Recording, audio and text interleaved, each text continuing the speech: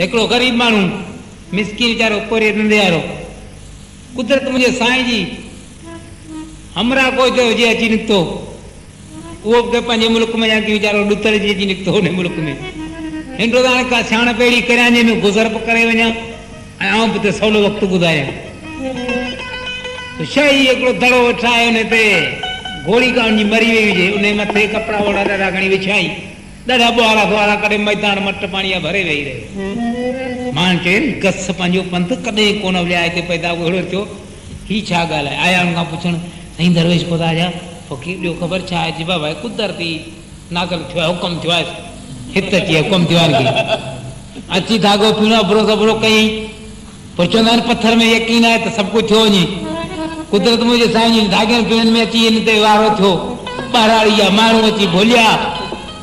हल मुंहिंजा साईं को कुकड़ खणियो अचे त को छेलो पियो ॾिए को दाणनि जी पाटी पियो ॾिए को अधमण को पाट को रली पियो ॾिए को देगड़ो पियो ॾिए कपिड़नि जा ढेर वरी आया घोड़े जे मथां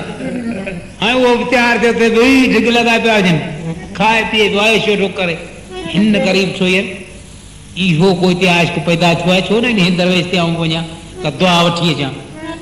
आयो हुन दरवेश वटि अची पहिरें पई हथ ॾिनई साईं बिस्मिल्लाह सदके वञा फ़क़ीर साईं आऊं बि तुंहिंजे लाइ वॾा रोता थी वियुसि मौला मूंखे आंदो आहे तुंहिंजी दरगाह ॾेखारी आयसि बसि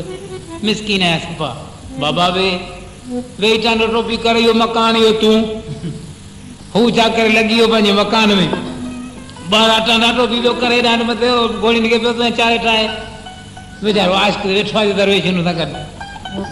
महीनो खनि गुज़री वियो थींदी हाणे मूंखे बि कोई इजाज़त ॾे जाओ बचनि खे गुज़र ॾेई जा पोइ वरी मां तुंहिंजो ख़लीफ़ो आहियां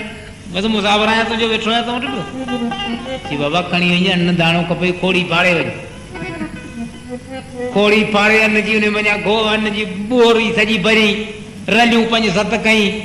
कपिड़नि जे लाइ जी हिन ढिग में जेके वञी त कपिड़ा लाहे वञ धुन बि कच्छ जहिड़ा कपिड़ा लाथा ग़रीब माण्हू